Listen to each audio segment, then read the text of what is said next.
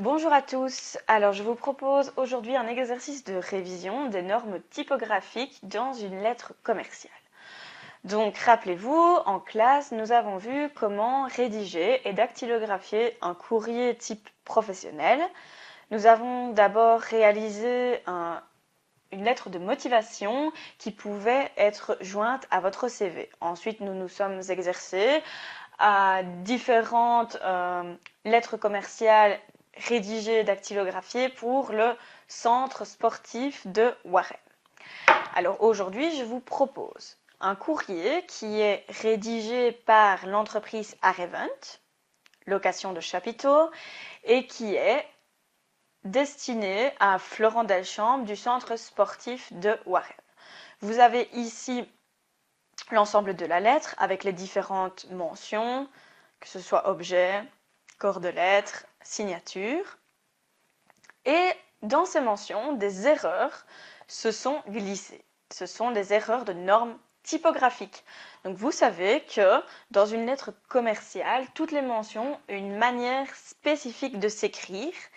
Ce sont les normes typographiques. Alors bien, je vous propose de corriger les fautes de normes typographiques glissées ici au sein de ce courrier. Première mention avec des erreurs, c'est l'entête. Alors, quelles sont les erreurs de l'entête? Comment rédiger cette en-tête?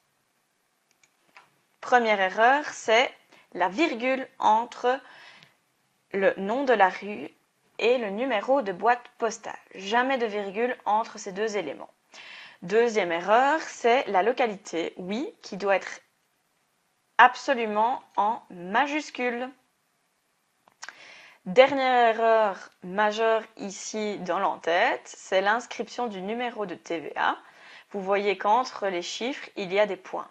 Ces points doivent être supprimés et remplacés par des espacements. Au niveau de la date à présent, est-ce que la date est mal rédigée? Oui, elle est mal rédigée puisque dans une lettre commerciale, la date doit être rédigée de manière tout à fait littéraire, c'est-à-dire oui, virgule, le 4 février 2017.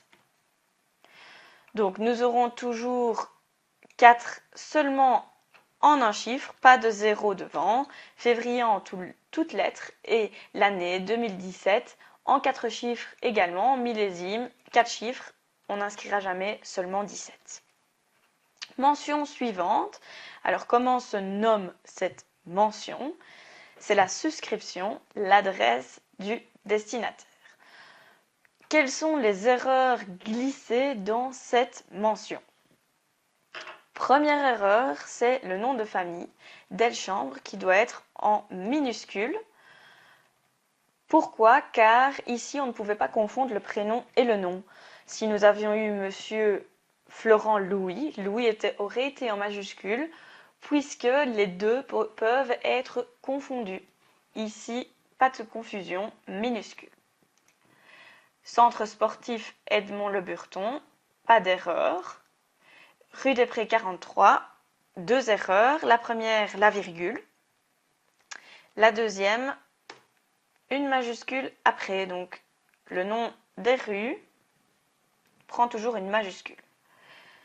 Code postal et ville. Localité. La localité, vous le savez, toujours en majuscule. Les références. Y a-t-il des erreurs dans les références? Eh bien, non. Vos références, donc Florent Delchambre, celui qui a rédigé le courrier. Ici, MB qui correspond aux initiales de celui qui a dactylographié le courrier et un numéro de classement. Nous, nos références, Laurent Vivier, vous voyez bien que c'est lui qui signe le courrier. Mention suivante. Comment nomme-t-on cette mention? C'est l'objet. Pas d'erreur spécifique ici pour l'objet. Comment vérifier qu'il n'y avait pas d'erreur? Tout simplement en parcourant le courrier. Cela concerne bien la location d'un chapiteau pour la journée porte ouverte du centre sportif. Alors, le corps de la lettre, observez ici le corps de la lettre, et plus précisément la vedette et la formule de politesse. Vous voyez en effet qu'une erreur s'est glissée puisque la vedette doit toujours correspondre à la formule de politesse. Si nous avons mis en vedette Monsieur Delchambre, nous devons retrouver Monsieur Delchambre dans la formule de politesse. Donc ici, nous ajoutons Delchambre. Mention suivante. Alors, la signature. Laurent Vivier, donc c'est le gérant de l'entreprise Arevent qui rédige le courrier. Il y a une erreur ici dans cette mention. Nous avons trop d'informations concernant son titre. Simplement, il fallait indiquer quoi? Gérant. Uniquement son titre dans l'entreprise. Alors, comment se nomme cette mention? Eh bien, cette mention est la souscription. Petit mémotechnique pour retenir souscription et suscription. La suscription est au-dessus, la souscription est en dessous.